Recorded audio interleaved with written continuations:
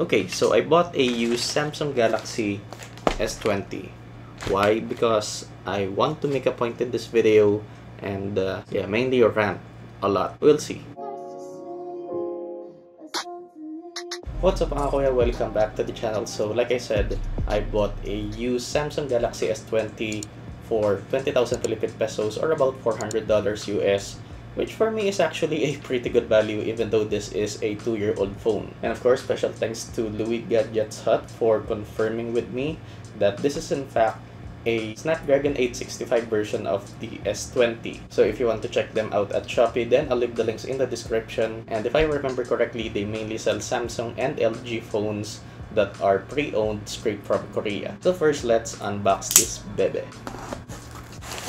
So it comes with a USB Type-C, Type A Type-C charging cable, an OTG adapter, very nice, and then a 22.5 watt basic Kiev.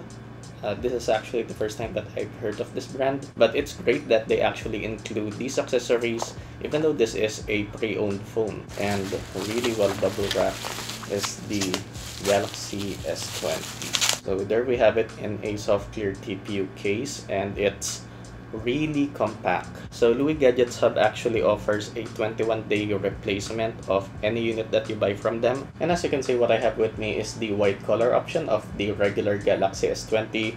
And so far, for a pre-owned used phone, this is actually almost in a brand new condition. So that's very nice so far.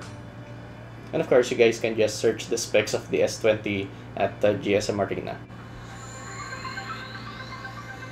Okay, so this is an SKT version of the S20. And of course, this is an AMOLED 120Hz display. So that's very nice. So originally, I was actually supposed to buy the S10 5G. But since that's an Exynos variant, which is one of the main ranting points of my video, is I just decided to go for this. A few moments later. Okay, so after setting up the S20, I can confirm mga kuya that this does have a Snapdragon 865, which is very nice, of course. And the main point that I want to make in this video as to why I bought a used Galaxy S20, you know, aside from it being a good deal at 20,000 Philippine pesos and still has a beast chipset, which is the 865, is that the S20 has a USB Type-C 3.0, which compared to pretty much every budget to mid-range smartphone like my Poco X3 Pro, this only has USB 2.0 speeds. And the one thing, aside from data transfer speeds, which is the advantage of USB 3.0, is that you get to do this. So this is our living room TV at 55 inches. So HDMI to Type-C. Connect my S20 here. Connect my S20 to a Bluetooth gamepad and run any game or emulator that you want. And you basically turned your phone into a Nintendo Switch alternative, or yeah, like a Nintendo Switch.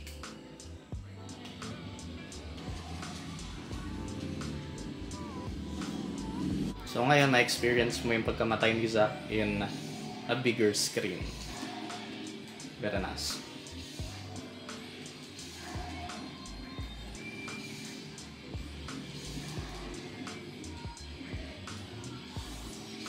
But yeah, this is something that I think not a lot of people know about, that you can basically turn your USB 3.0 enabled phone into a Nintendo Switch. Well, obviously not exactly like a Nintendo Switch, but the same function. So leading me to my main rant on this video, why does companies like Xiaomi, Realme, Oppo just refuse to put USB 3.0 on their smartphones? Yeah, like they can make the argument that we're not gonna put that on our budget or mid-range smartphones as we won't be able to sell our high-end flagship smartphones if we put USB 3.0 there. But take note, even in Xiaomi's highest-end Xiaomi Mi 12 Pro, it's still USB 2.0. Like for me, that's such a missed opportunity for Xiaomi, Poco, and whoever the hell puts high-end chipsets on their smartphones, but just put USB 2.0 there. And for me, I have no idea how much it costs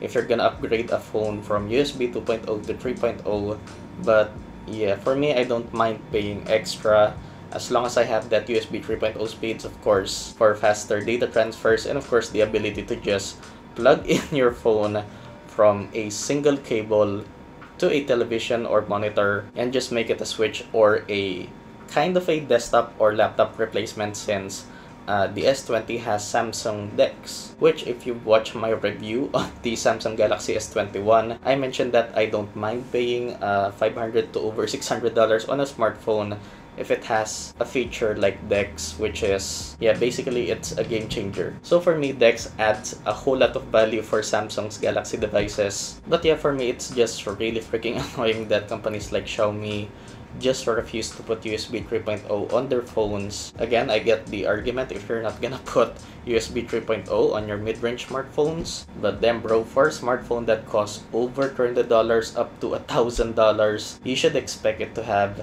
USB 3.0. Again, just the ability to do this is just freaking awesome. And to those who are wondering, I am actually planning on doing a review on the Samsung Galaxy S20 after 1 week, and I'm actually contemplating if I'm going to be keeping this phone. As you guys know, I buy phones, review them, then sell them after.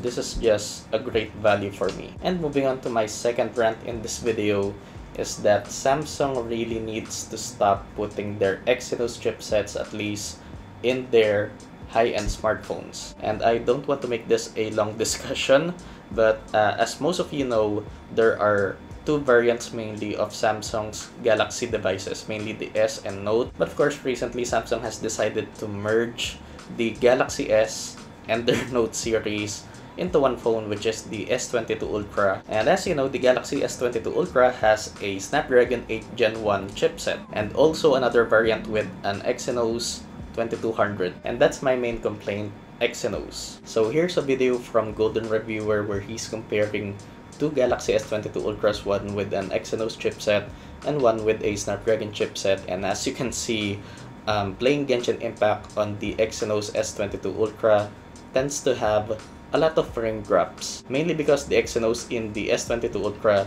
is not that optimized, tends to overheat, thermal throttle, and therefore leading to these consistent frame drops. But with the Snapdragon S22 Ultra, you have a much more smoother gaming experience. And what sucks about this is that there are countries that are stuck with Samsung's global version of their Galaxy S or Note devices with Exynos chipsets. And this thing with Exynos chipsets tending to overheat and overthrottle has been going on for many years now. Plus, the Exynos Samsung Galaxy devices tend to have worse battery life significantly compared to their Snapdragon counterparts. So my other point is that Samsung should really stop making their Exynos Galaxy devices, although I may be being too hard on Samsung here, as a viewer of mine actually sent me an article as to why Samsung actually makes their Exynos devices. The main reason being is the shortage of Snapdragon chipsets. So yeah, that's kind of sad, and the only way for people to get their hands on